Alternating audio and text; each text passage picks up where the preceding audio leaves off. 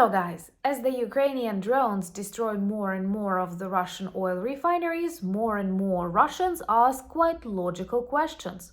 What is wrong with the Russian air defense? Who are the people responsible for the protection of the vital for the already collapsing Russian economy energy objects?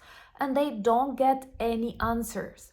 That is why more and more of the Kremlin-speaking heads offer solutions, the creation of private armies by these energy companies to protect their resources, which is a vivid illustration. The regular army of Russia cannot do anything, and private armies are always a sign that the collapse of the federation is coming. And tonight we have given them more evidence that nothing can be done against the brave and very effective Ukrainian drones, as we targeted one of the largest oil refineries in Volgograd and also a gas processing plant in Astrakhan. Russians had to close 8 airports in different regions of the federation, which is another very loud message to the population that everything goes against the Putin's plan.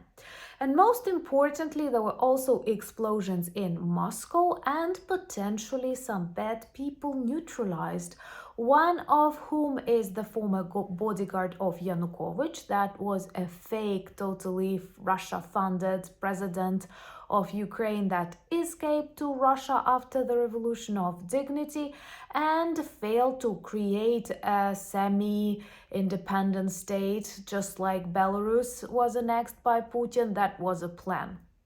So Ukrainian special services working really well, even inside the heart of the evil empire. Let's discuss all of these important events on our way to defeat and demilitarize Russia. Subscribe to witness that together. My name is Anna, I'm from Ukraine, I'm in Ukraine, and I'm always happy to share more of my Ukrainian civilian experience that unfortunately can be useful in this very turbulent world. And let's start with the success of Ukrainian drone operations inside the Russian Federation. It's no surprise anymore to anyone on the planet, which is a great breakthrough of 2025. And in 2024, we have started targeting Russian oil refineries, and by the end of January 2025, we have destroyed hundreds of oil refineries and depots, severely damaging one of the central, if not the main, Russian energy sector.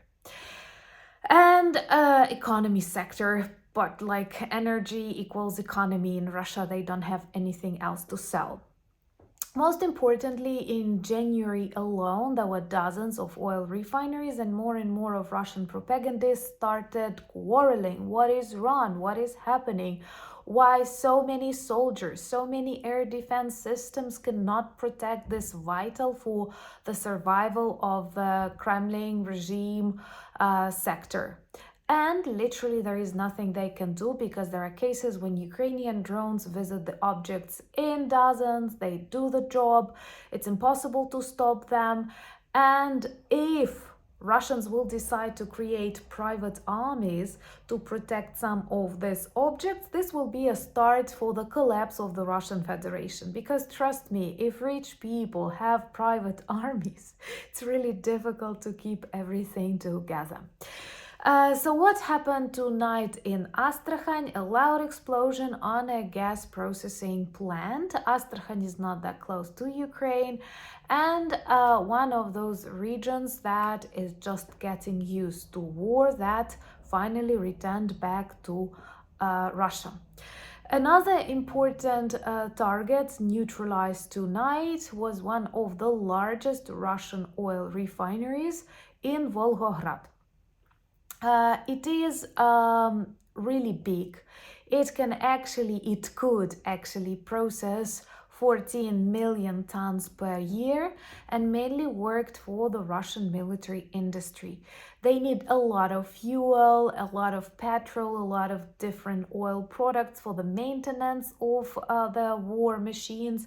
And by destroying such objects, oil depots and refineries, not only we paralyze the front lines, we also paralyze Russian economy. Subscribe to see the collapse of the Kremlin. It is coming. What is also important, together with these explosions and detonations on energy objects inside the Russian Federation, and it's quite obvious that the oil depots, gas processing plants, they explode really loud. More and more of the Russian people realize that now war is also on the Russian territory. They do not trust Russian news anymore, where during this 3 years of blitzkrieg, Putin tried to persuade people that everything goes according to the plan.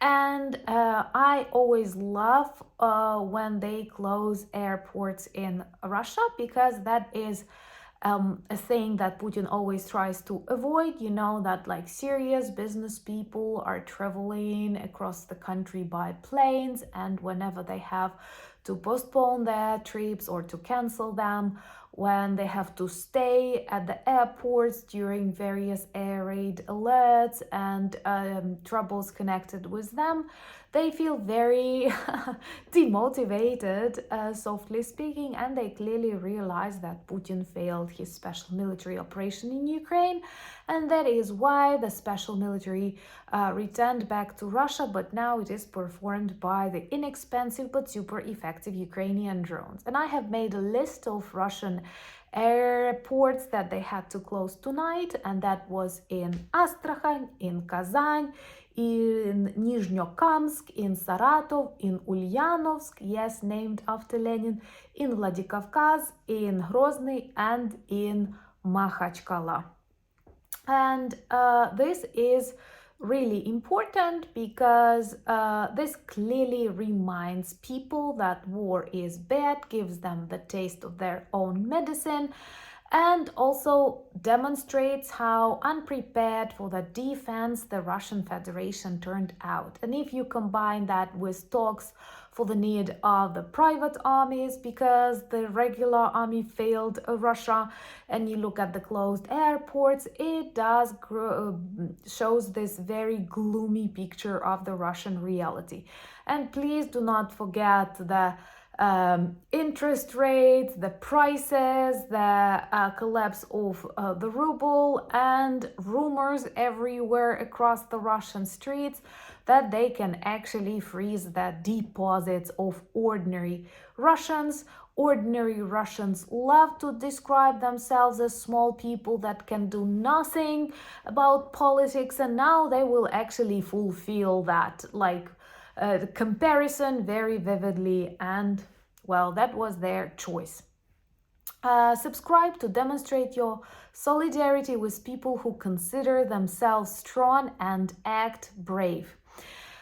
And Ukrainian special services keep surprising me, or intelligence service, I don't know, because they don't say anything, but I believe another successful operation took place in the heart of the evil empire in Moscow, where a criminal gang was neutralized in private apartments in the result of some unpredictable explosion.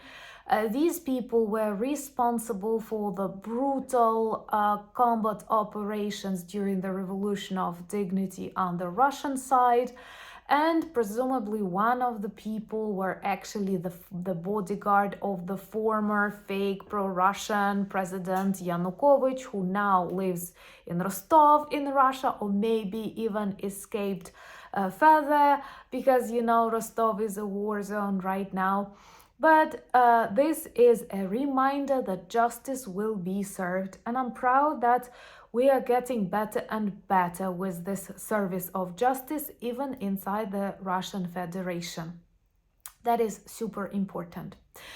And it is super important to back up Ukrainian paratroopers. Please support my new campaign with the amazing Ukrainian aid operations that are backing up Ukrainian paratroopers with most necessary drone jammers, drone surveillance drones, and medvacs, and we can do it together. This is the best demonstration of unity, strength, and resilience. Here I connect the link to a donor box, and I will also pin it in the comments. Please support the initiative. It is very important, especially in these challenging times when various good initiatives like USAID stopped.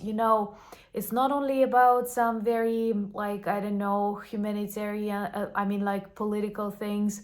It is also about the demining of Ukrainian territories. It is also about the help in hospitals, on the frontline territories. And I hope that it will be revived somehow. But until then, we do have this very good opportunity to support the greatest of the great, the bestest of the best Ukrainian paratroopers of the 81st and 82nd Brigade. Check in the comments, please, and support if you can. Join me on X. I'm fighting there. It's a very toxic place.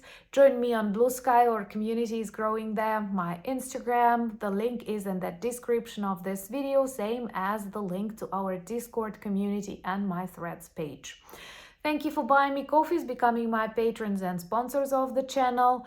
Check our merch shop. There are lots of good presents that also work as reminders and conversation starters about Ukraine. And we do have a new collection with NATO and Ukraine, which is the most important love story of this St. Valentine's pre-season for me personally.